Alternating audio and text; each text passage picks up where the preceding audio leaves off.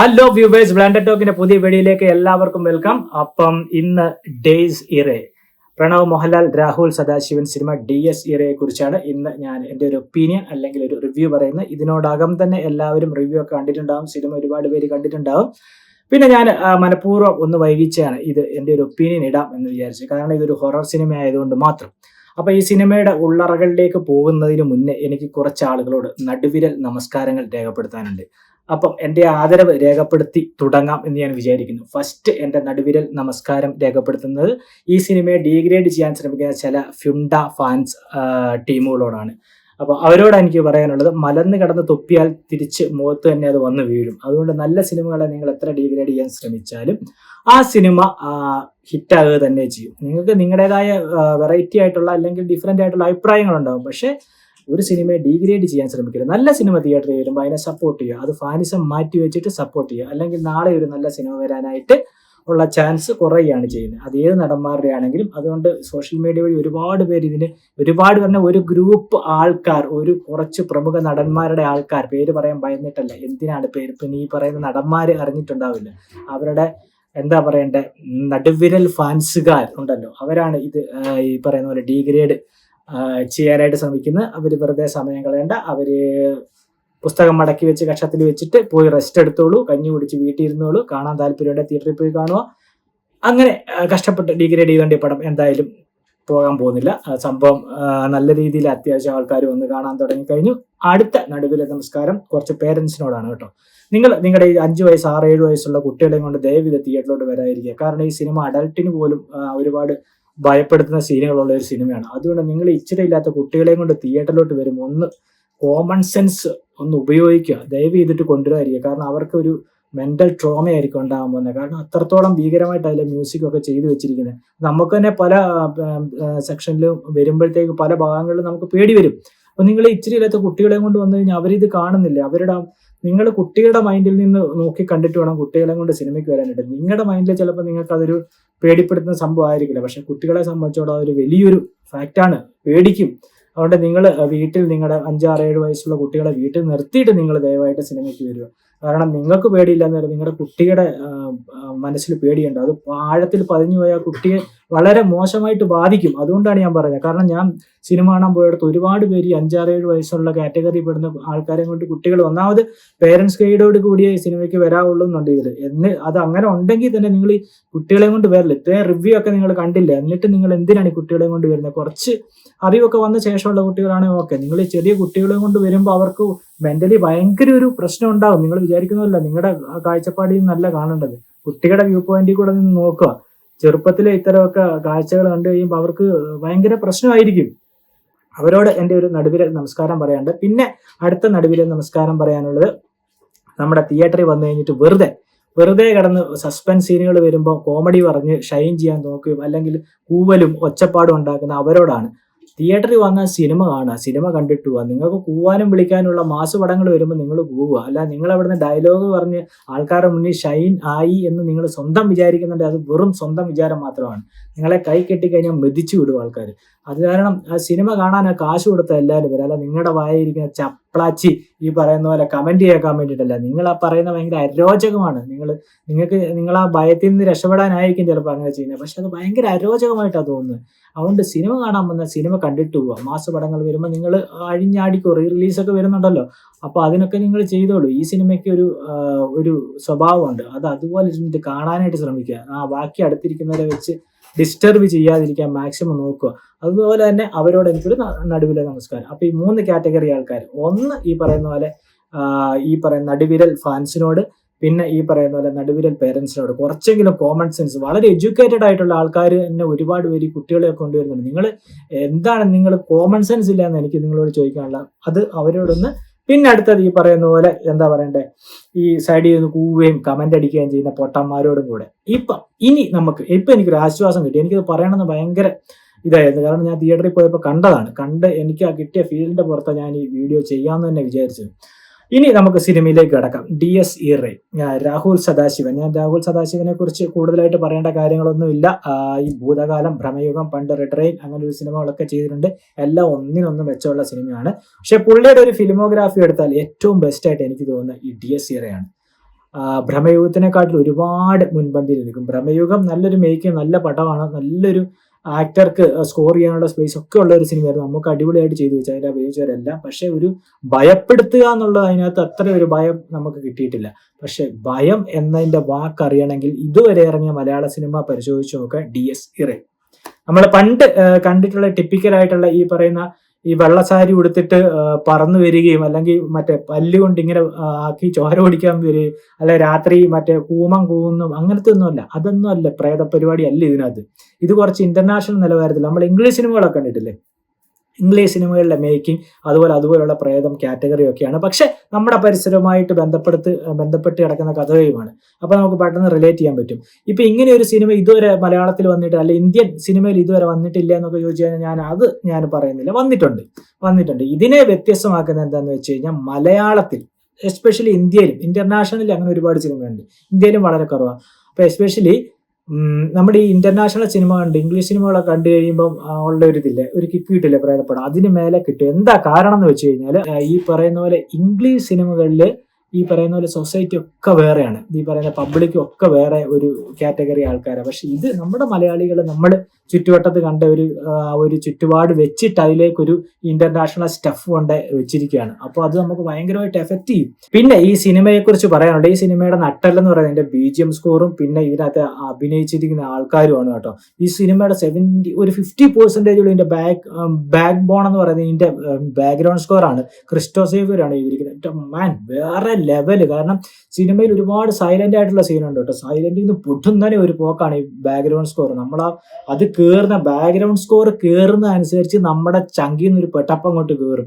നമുക്ക് ഈ സിനിമ കണ്ടു കഴിഞ്ഞ് ഒരു കുറെ കഴിയുമ്പോഴത്തേക്ക് നമുക്ക് എങ്ങനെയെങ്കിലും ഇന്റർവെൽ ആയാൽ മതി, ഒന്ന് റിലാക്സ് ചെയ്യണം എന്നുള്ള ഒരു തോന്നൽ വരും. കാരണം അത്രത്തോളം പീക്ക് ലെവലിലാണ് ഈ ബാക്ക്ഗ്രൗണ്ട് സ്കോറും ഇതിനകത്ത് ഈ സംഭവം മേക്ക് ചെയ്ത് വെച്ചിരിക്കുന്നത്. രാഹുൽ സദാശിവൻ അന്യായമായിട്ട് മേക്ക് ചെയ്തിട്ടുണ്ട് കേട്ടോ. ഈ പറയുന്ന പോലെ ഭൂതകാലത്തിലെ പോലെ ഒരുപാട് പ്രേതത്തിനെ ഓപ്പൺ ആയിട്ട് കാണിക്കുന്നൊന്നുമില്ല. ഈ പറയുന്ന പോലെ നിഴലുകളും അങ്ങനത്തെ ചില സംഗതികളൊക്കെ ഞാൻ കൂടുതൽ എക്സ്പ്ലെയിൻ ചെയ്യുന്നില്ല, കാരണം നിങ്ങൾക്ക് അത് സ്പോയിലർ ആയിപ്പോ. അത് കാരണം നിങ്ങൾ പോയി കണ്ട് ആസ്വദിക്കേണ്ട ഒരു സംഭവം. അപ്പോൾ പിന്നെ ഈ അങ്ങും ഇങ്ങും ഒക്കെ കാണിച്ച് സൗണ്ടും ഒക്കെ കാണിച്ച്, ഞാൻ പറയില്ല, ഒരു കപ്പ് ചായക്കപ്പ് താഴെ വീണ് പൊട്ടുന്ന അല്ലെങ്കിൽ ഒരു കപ്പിലോട്ട് വെള്ളം ഒഴിച്ചു കുടിക്കുന്നതിലൊക്കെ ഭീകരത വരുത്തുക എന്ന് പറഞ്ഞു കഴിഞ്ഞാൽ നമുക്ക് അൺബിലീവബിൾ ആണ്. പക്ഷെ ഇത് കണ്ടു കഴിഞ്ഞാൽ നമുക്ക് പേടിയാവും. എന്താണ് അടുത്ത് നടക്കാൻ പോകുന്നതെന്ന് ഓർത്തിട്ട് നമ്മൾ പേടിക്കുമായിരുന്നിട്ട്. കാരണം ഒരു കപ്പ് വെള്ളം കുടിക്കുമ്പം വരെ നമുക്ക് ഒരു പേടിയാ, ദൈവം ഇപ്പൊ എന്താ സംഭവിക്കാൻ പോകുന്നത്, എപ്പോഴാ ഈ സ്കോർ കയറി വരുന്നത്, എപ്പോഴാണ് അവിടെ ഒരു ഗോസ്റ്റ് അറ്റാക്ക് ഉണ്ടാകുന്നത്, അങ്ങനെ അസാധ്യമായിട്ടാണ് ചെയ്തു വെച്ചിരിക്കുന്നത് കേട്ടോ. പ്രണവ് മോഹൻലാൽ ഒരു രക്ഷയില്ല കേട്ടോ. നല്ല ഡയറക്ടറുടെ കിട്ടിക്കഴിഞ്ഞിട്ടുണ്ടല്ലോ ചെക്കൻ വേറെ ലെവലിലോട്ടോ. ഇതിനകത്ത് ഞാൻ പറയില്ല, 5-6 ക്യാരക്ടറേ ഉള്ളൂ ത്രൂ ഔട്ടായിട്ട് ഈ സിനിമയിൽ പെർഫോം ചെയ്യുന്നത്. അതിൽ ഈ പ്രണവ് മോഹൻലാൽ ചെയ്തു വെച്ചിരിക്കുന്ന ഒരു രക്ഷയില്ല കേട്ടോ. ഒരുപാട് ക്ലോസ് അപ്പ് ഷോട്ടുകൾ വരുന്നുണ്ട് കേട്ടോ. ഞാൻ പറയില്ല, ക്ലോസ് ആയിട്ട് നമുക്കൊരു ആക്ടറുടെ ഫേസ് വെച്ചിട്ട് അത് കാണിക്കണം എന്നുണ്ടെങ്കിൽ കുറച്ച് റിസ്ക് ഉള്ള പരിപാടിയല്ലോ. ലോങ് ഷോട്ടൊക്കെ ആണെങ്കിൽ ഓക്കെ. അപ്പൊ ഈ പറയുന്ന പോലെ യൂത്ത് ഐക്കൺ ആക്ടേഴ്സിലൊക്കെ വെച്ച് നോക്കി കഴിഞ്ഞിട്ടുണ്ടെങ്കിൽ ഇത്രത്തോളം ക്ലോസ് സീനുകൾ വന്നിട്ടുള്ള വേറെ ആക്ടേഴ്സ് ഉണ്ടോ എന്ന് എനിക്ക് സംശയമാണ്. ഇതിനകത്ത് ഒരുപാട് ക്ലോസ് ഷോട്ടുകളുണ്ട് കേട്ടോ. വേറെ ലെവലായിട്ട് പ്രണവ് മോഹൻലാൽ ചെയ്തു വെച്ചിട്ടുണ്ട്.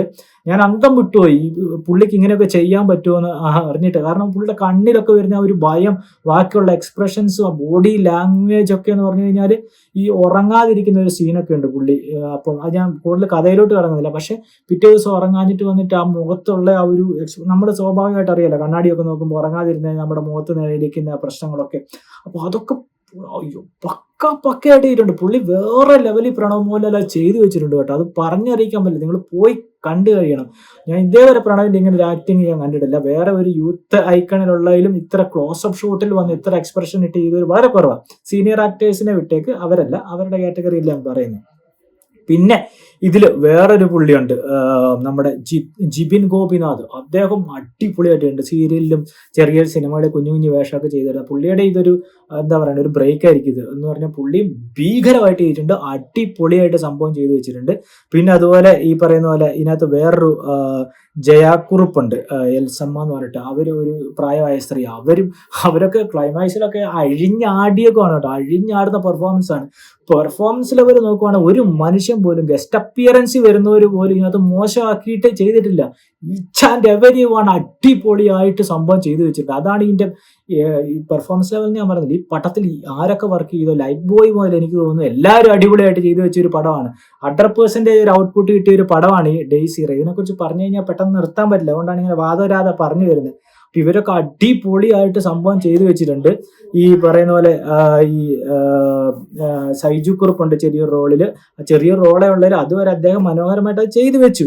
ഈ പറയുന്ന പോലെ ഈ ജിബിൻ ഗോപിനാഥൻ മധുസൂദനൻ എന്ന് പറഞ്ഞിട്ട് ഒരു പോറ്റി എന്ന് പറഞ്ഞിട്ട് ഒരു വേഷം എഴുതിയേക്കുന്നത് അതിമനോഹരമായി എക്സ്പ്രസ്. ഈ സിനിമയ്ക്ക് വേണ്ടതെന്ന് പറഞ്ഞു കഴിഞ്ഞാൽ മുഖത്തിങ്ങനെ ഭാവങ്ങൾ മിന്നി മറിയണം. കാരണം എല്ലാം കൂടുതലും ക്ലോസപ്പ് ഷോട്ടുകളാണ്. അപ്പൊ അതിന് അത്ര കാലിബറുള്ള ആക്ടേഴ്സിനെ വേണം. അപ്പൊ ഈ രാഹുൽ സദാശിവും പ്രണവ് മോഹൻലാലിനെ വെച്ചിട്ട് അങ്ങോട്ട് എക്സ്പ്ലോർ ചെയ്യുമായിരുന്നു ഈ ജിബിൻ ഗോപിനാഥനെ ഒക്കെ വെച്ചിട്ട്. അത് അവർ 100% തരികയും ചെയ്തു കേട്ടോ. അമ്മാതിരി രീതിയിൽ ഈ പടം എടുത്തു വെച്ചിരിക്കുന്നത്. കാരണം നമുക്ക് തിയേറ്ററിൽ പോയി, തിയേറ്റർ സ്റ്റഫാണ് കേട്ടോ, തിയേറ്ററിൽ തന്നെ പോയി കാണാം. നിങ്ങൾക്ക് OTT കണ്ട ചിലപ്പോൾ അത്രത്തോളം ഇഷ്ടപ്പെടണമെന്നില്ല. കാരണം സൗണ്ടും ഇതെല്ലാം നമുക്ക് എൻജോയ് ചെയ്യണമെന്നുണ്ടെങ്കിൽ വേറെ നല്ല ഇടിവെട്ട് തിയേറ്ററിൽ പോയിട്ട് സംഭവം കാണണം. അതുപോലെ തന്നെ ഇതിന്റെ നമ്മൾ കഥ എഴുതിയിരിക്കുന്ന രാഹുൽ സദാശിവനാണ്. എഡിറ്റ് ചെയ്തിരിക്കുന്നത് ഷഫീഖ് മുഹമ്മദ് അലിയാണ് കേട്ടോ. ഇടിവെട്ട് എഡിറ്റിങ്, ഒരു സ്ഥലത്ത് ലാഗില്ല, പക്ക. നമുക്ക് ലാഗ് അടിക്കില്ല ഈ സിനിമയിൽ കയറി കഴിഞ്ഞാൽ. ഞാൻ പറഞ്ഞില്ല, ഇന്റർവെൽ ആകുമ്പോൾ നമുക്കൊരു ആശ്വാസം, എന്തോ ചങ്കിന്ന് ഇറങ്ങിപ്പോയ പോലാണ് നമുക്ക്. കുറച്ച് സമാധാനമാണെന്ന് പറയുന്നത് ക്ലൈമാക്സ്. പിന്നെ അത് കഴിഞ്ഞിട്ട് അങ്ങോട്ട് പിന്നെ പുറഞ്ചം നമുക്ക് പേടിപ്പെടുത്തുന്ന സാധനങ്ങളാണ് സംഭവം. പിന്നെ ഞാൻ നന്നായിട്ട് പേടിച്ചു കേട്ടോ. ഞാനിപ്പോ അയ്യോ പേടിച്ചെന്ന് പറഞ്ഞിട്ട് നാണക്കേടാവുമല്ലോ അങ്ങനൊന്നുമില്ല. സിനിമ കണ്ടാൽ പേടിക്കേണ്ട സിനിമയാണ്, പേടിക്കണം, അത് എൻജോയ് ചെയ്യണം. കോമഡിയാണെ ചിരിക്കണം, അല്ലാതെ അവിടെ പോയി സ്റ്റാൻഡേർഡ് കളിച്ചു അയ്യോ ഞാൻ ഭയങ്കര സംഭവമാണ്, എനിക്ക് പേടിയില്ല, ചിരി വരില്ല, അങ്ങനെയൊന്നും ചിന്തിച്ച് സിനിമയ്ക്ക് പോയാൽ നമ്മളെ അങ്ങോട്ട് ഓപ്പൺ ആയിട്ട് ഇട്ടേക്കുക നമ്മുടെ മൈൻഡ്. എന്നിട്ട് നമുക്ക് എന്താണോ ഫീൽ ചെയ്യുന്നത് അത് നമ്മൾ എൻജോയ് ചെയ്യുക, നമ്മളത് എക്സ്പ്രസ് ചെയ്യുക. അപ്പൊ എനിക്ക് നന്നായിട്ട് പേടിച്ചു. തിരിച്ച് റൂമിലൊക്കെ വന്നു കഴിഞ്ഞപ്പോൾ ഈ കട്ടൻ അനങ്ങതൊക്കെ വരുമ്പോഴൊക്കെ നമുക്ക് ആ ഭയം ഉള്ളിലുണ്ട്. അപ്പൊ നമുക്ക് ചെറിയ ഉറക്കത്തെ അത് ബാധിക്കാറുണ്ട്. നമ്മളില്ലാന്നൊന്നും പറഞ്ഞ് നമ്മൾ വലിയ ധൈര്യശാലി എന്നൊന്നും പ്രൂവ് ചെയ്യാൻ ശ്രമിക്കുന്നില്ല. പക്ഷെ cinema fantastic cinema, theatre experience demand ചെയ്യുന്ന സിനിമയാണ്. നിങ്ങൾ നല്ല സൗണ്ട് സിസ്റ്റം ഉള്ള സ്ക്രീൻ നിങ്ങൾക്ക് കിട്ടിയില്ലെങ്കിലും, നല്ല സ്ക്രീൻ കിട്ടിയില്ലെങ്കിലും നിങ്ങൾ നല്ല സൗണ്ട് സിസ്റ്റം ഉള്ള തിയേറ്ററിൽ പോയിട്ട് സിനിമ കാണാനായിട്ട് ശ്രമിക്കുക. ഇങ്ങനത്തെ ക്യാരക്ടർ ചെയ്യുവാണെങ്കിൽ പ്രണവ് മോഹൻലാൽ, ഞാൻ അടിവരയിട്ട് പറയുവാണ്, ഇങ്ങനത്തെ ക്യാരക്ടറുകൾ കിട്ടിക്കഴിഞ്ഞാൽ പ്രണവ് മോഹൻലാൽ ഇപ്പോൾ ഉള്ളതിൽ യൂത്ത് ഐക്കണിൽ വെച്ചിട്ട് ഏറ്റവും ടോപ്പിലേക്ക് പോകും. കാരണം നിങ്ങൾ ഈ സിനിമ കണ്ടു കഴിഞ്ഞാൽ മനസ്സിലാവും. നിങ്ങൾ ഈ മാറിയിരുന്ന് കരയുന്നവരൊക്കെ മാറിയിരുന്ന് കരയുക, മാറിയിരുന്ന് ഡീഗ്രേഡ് ചെയ്യുന്നവരൊക്കെ നടുവിരൽ വെച്ച് പോവുക, അതേ ഉള്ളൂ. അല്ലാതെ ചുമ്മാ കിടന്ന് കുറച്ചുകൊണ്ടൊന്നും കാര്യമില്ല. നല്ല ആക്ടർ വന്നു കഴിഞ്ഞാൽ, നല്ല സിനിമ വന്നു കഴിഞ്ഞാൽ അത് ജയിക്കും. അതിപ്പോൾ ആരുടെ മകനാണേലും ശരി, ആരുടെ ഡയറക്ഷൻ ആണെങ്കിലും, ആരുടെ കഥയാണെങ്കിലും ഒക്കെ നല്ലത്, മലയാളികൾക്ക് നല്ലത് കണ്ടാൽ നല്ലത് തന്നെ പറയും. വെറുതെ നമ്മൾ ഡിഗ്രേഡ് ചെയ്യാൻ വേണ്ടി അങ്ങോട്ടും ഇങ്ങോട്ടും ചെളി വാരി അറിഞ്ഞിട്ട് കാര്യമൊന്നുമില്ല. അപ്പൊ പടം വേറെ ലെവലിലേക്ക് പോയിക്കൊണ്ടിരിക്കുകയാണ്. ഈ പറഞ്ഞ തമിഴിലും ഹിന്ദിയിലൊക്കെ നല്ല റിപ്പോർട്ട് വരുന്നുണ്ട് സിനിമയ്ക്ക്. ഞാൻ പറയില്ല, ഒരു ഇന്റർനാഷണൽ സ്റ്റഫ്. ഈ സിനിമ നമുക്ക് വേറൊരു ലാംഗ്വേജുകാരുടെ മുന്നിൽ വെച്ചിട്ട് കാണിക്കാം ഇത് മലയാള സിനിമയാണെന്ന് പറഞ്ഞിട്ട്. കാരണം അമ്മാതിരി ഒരു ഇന്റർനാഷണൽ സ്റ്റഫുള്ള സിനിമയാണിത്. നിങ്ങൾ പോയിട്ട് കാണണം. ഞാൻ പറയില്ല, ഈ പ്രേതമൊക്കെ പിടിച്ചു കഴിയുമ്പോൾ നമ്മുടെ എക്സ്പ്രഷൻ മുഖത്ത് വരിക എന്ന് പറഞ്ഞു കഴിഞ്ഞാൽ ഒരാൾ പിടിക്കുന്നില്ലല്ലോ, നമ്മൾ പിടിക്കുന്നു സങ്കല്പിച്ചിട്ടാണല്ലോ നമ്മൾ ഈ എക്സ്പ്രഷൻ ഇടുന്നത്. അപ്പൊ അങ്ങനെ ഒരു എക്സ്പ്രഷൻ ഇടുക എന്ന് പറഞ്ഞാൽ ചില്ലറ ടാലന്റ് ഒന്നും പോരാ, നല്ല ടാലന്റ് വേണം. ഞാൻ പറഞ്ഞില്ലേ, അതും ക്ലോസപ്പ് ഷോട്ടിൽ അത്രയും നമുക്ക് അവരെ പിടിച്ചിട്ടുണ്ടെങ്കിൽ നമുക്കത് പിടിച്ചതായിട്ട് ഫീൽ ചെയ്യണം. എന്നാലേ ആ സിനിമ വിജയിക്കുള്ളൂ. ആ സിറ്റുവേഷൻ അല്ലെങ്കിൽ ആക്ടർ എന്ന നിലയിൽ അവർക്ക് വിജയം കിട്ടുള്ളൂ. അത് നമുക്ക് കിട്ടി എല്ലാ രീതിയിലും. പ്രണവ് മോഹൻലാലൊക്കെ എസ്പെഷ്യലി ജിബിൻ ഗോപിനാഥനും ഒക്കെ പ്രണവിന്റെ ഒക്കെ മേലെ പിടിക്കുമ്പോഴും പ്രണവിനെ എന്തെങ്കിലും ചെയ്യുമ്പോഴൊക്കെ നമുക്ക് എന്താ പറയണ്ടേ, നമുക്ക് ആ ഫീല് കിട്ടുന്നുണ്ട്. അപ്പൊ അവരത് അത്ര പെർഫോമൻസിൽ അത്ര ബ്രില്യൻ്റ് ആയിട്ട് ചെയ്തിട്ടുണ്ട്. അതാ അതിന്റെ മെയിൻ ഒരു സംഭവം എന്ന് പറയുന്നത്. അപ്പം ദയവായി നിങ്ങൾ കുട്ടികളൊക്കെ ഉണ്ടെങ്കിൽ കുട്ടികളുമായിട്ട് പോകാതിരിക്കുക പ്ലീസ്. നിങ്ങൾ തന്നെ പോയിട്ട് കാണുക, അല്ലെങ്കിൽ നിങ്ങൾ ആരുടെയും കൂടെ അഡൽട്ടായിട്ടുള്ള ആൾക്കാരുടെ പോയി കാണുക. കുട്ടികൾക്ക് ഭയങ്കര ഒരു മെന്റൽ ട്രോമ ഉണ്ടാകും. കാരണം ഇത് കുറച്ച് ഭയാനകപരമായ സീനുകളുണ്ട്. സൗണ്ട് മാത്രമല്ല, നമ്മൾ വിഷ്വലി കാണുമ്പോഴും കുറച്ച് ഭീകരമായിട്ടുള്ള സീനുകളൊക്കെ ഉണ്ട്. അപ്പോൾ ദയവായി നിങ്ങൾ കുട്ടികളെയും കൊണ്ട് പോകാതിരിക്കുക. അവർക്ക് ഒരു വലിയ പ്രശ്നമായിരിക്കും. നിങ്ങൾ നിങ്ങളുടെ വ്യൂ പോയിന്റ് നിന്ന് ചിന്തിക്കില്ല, കുട്ടിയുടെ കാഴ്ചപ്പാടിൽ കാണുക. എന്നിട്ട് നിങ്ങൾ മാക്സിമം കുട്ടികളെ അവോയ്ഡ് ചെയ്യുക. ഒരു പ്രായത്തിൽ 10 വയസ്സിന് താഴെയുള്ള കുട്ടികളൊക്കെ അവോയ്ഡ് ചെയ്ത് ദയവ് ചെയ്തിട്ട് നിങ്ങൾ പോയിട്ട് കാണുക. അതാണ് എനിക്ക് പറയാനുള്ളത്. പിന്നെ നല്ല കുറച്ച് സ്റ്റാൻഡേർഡുള്ള ഓഡിയൻസ് പോകുന്നിടത്ത് പോവുക, അല്ലെങ്കിൽ ഇതുപോലെ കൂവലും ഈ സംഭവമൊക്കെ ഉണ്ടാവും. ഇനി ആരെങ്കിലും കടന്ന് കൂവിയ എഴുന്നേറ്റ് 4 സംസാരിക്കുക, അവന്മാരവിടെ നിർത്തിക്കോളും. കാരണം ആ സിനിമയുടെ എൻജോയ്മെന്റ്, ആ മൂഡ് മൊത്തം ഇവന്മാർ മാറ്റിക്കളയും. സിനിമ കാണാൻ വന്നാൽ സിനിമ കാണാൻ പറ്റില്ലാത്ത ആൾക്കാരൊക്കെ പിന്നെ ഡിഗ്രേഡ് ചെയ്യാൻ വേണ്ടി തന്നെ തിയേറ്ററിൽ വന്ന് ഒച്ചപ്പാടാക്കുന്നവരുണ്ട്. ഇവനൊക്കെ പിടിച്ച് അടിച്ച് വെളിയിൽ ഇറക്കി വിടണം. ഒരു നല്ല സിനിമ എൻജോയ് ചെയ്യാൻ പഠിക്കാൻ ഇവന്മാർക്കൊന്നും അറിഞ്ഞുകൂടാ. അതിനിടയ്ക്ക് ഫാനിസം അല്ലെങ്കിൽ ഈ പറയുന്ന പേടി ഓവർകം ചെയ്യാൻ വേണ്ടി ഓരോ ഡയലോഗ്, അങ്ങനെയുള്ള തിയേറ്ററുകൾ മാക്സിമം ഒഴിവാക്കി നല്ല കുറച്ച് സ്റ്റാൻഡേർഡ് തിയേറ്ററിലൊക്കെ പോയിട്ട് കാണാം. അപ്പോൾ വലിയ പ്രശ്നം ഉണ്ടാവില്ല. എന്തായാലും നിങ്ങൾ ഇത് മിസ് ചെയ്യല്ലോ കേട്ടോ. മലയാളത്തിനെ സംബന്ധിച്ചിടത്തോളം ഇന്റർനാഷണൽ സ്റ്റഫാണ് തന്നു വെച്ചിരിക്കുന്നത്. രാഹുൽ സദാശിവം, പ്രണവ് മോഹൻലാൽ വേറെ ലെവലാണ്. അപ്പോൾ എന്തായാലും നിങ്ങൾ പോയിട്ട് കാണുക.